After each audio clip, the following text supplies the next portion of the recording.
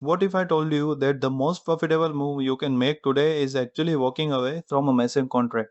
Behind those official logos often lie ambiguous payment terms and unreasonable performance guarantees meant to shift all risk onto you.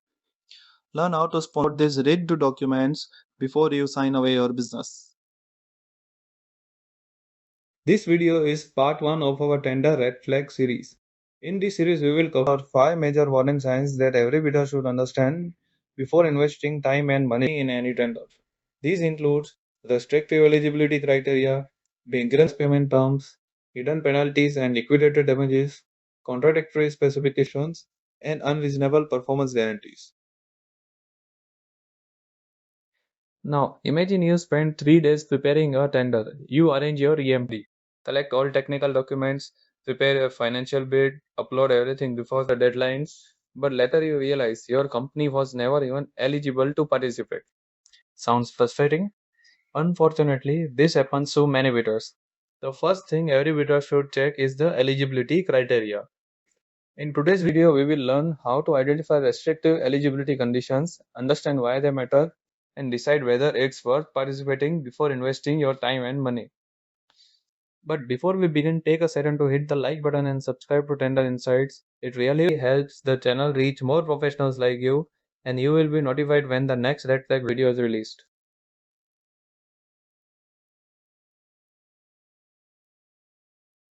Every tender contains a section called eligibility criteria or qualification requirements. These are the minimum conditions a bidder must satisfy to participate. They help ensure that only capable companies submit bids. Typical requirements include annual turnover, previous work experience, technical manpower, financial capability, machinery, registrations, and statutory certificates. These conditions are completely normal and important for project success. Problem starts when eligibility conditions become unnecessarily restrictive. Sometimes the requirements are much higher than what the project actually needs. For example, a small project may ask for a very large turnover or require experience in an extremely specific type of work.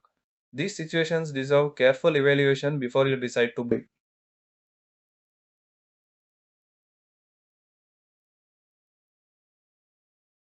Let's understand with an example. Suppose the tender value is rupees 2 crore, but the eligibility requires an annual turnover of rupees 100 crore.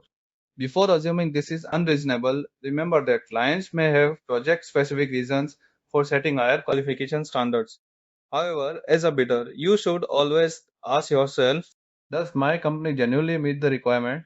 If not, preparing a bid may only waste valuable time and resources. Another common example is highly specific experience requirements. Instead of asking for general electrical infrastructure experience, the tender may require successful completion of one very particular type of project. If your previous work does not match the stated requirement, review the eligibility carefully and, where appropriate, seek clarification during the pre-bid stage.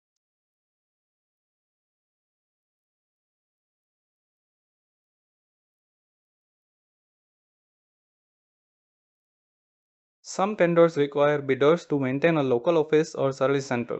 In many projects, especially maintenance or emergency services, this can be a legitimate operational requirement. In other cases, if such a condition seems unnecessary for the nature of the work, you should carefully evaluate its impact on your eligibility and project cost.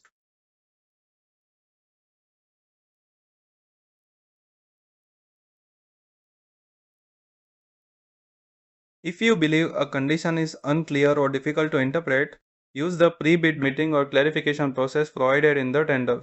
Ask questions professionally and within the specified timeline. Sometimes the client issues a corrigendum that modifies eligibility conditions. Never assume the requirement will be relaxed without official clarification.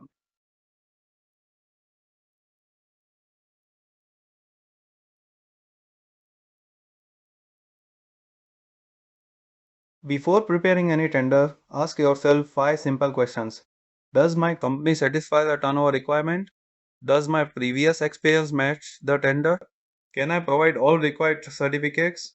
Do I meet the technical qualifications? And can I comply with every eligibility condition mentioned in the tender? If the answer to any of these is no, pause and assess the situation before proceeding. The biggest mistake many beginners make is starting the bid preparation first and reading the eligibility section later. Reverse that habit. Always check the qualification requirements before investing your time, money, and effort. A careful review at the beginning can save you from an avoidable rejection.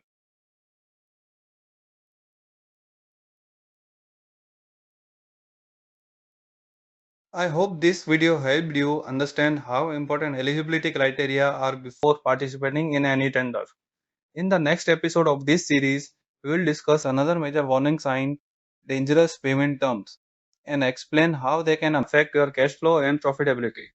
If you found this video useful, don't forget to like, share, and subscribe to Tender Insights.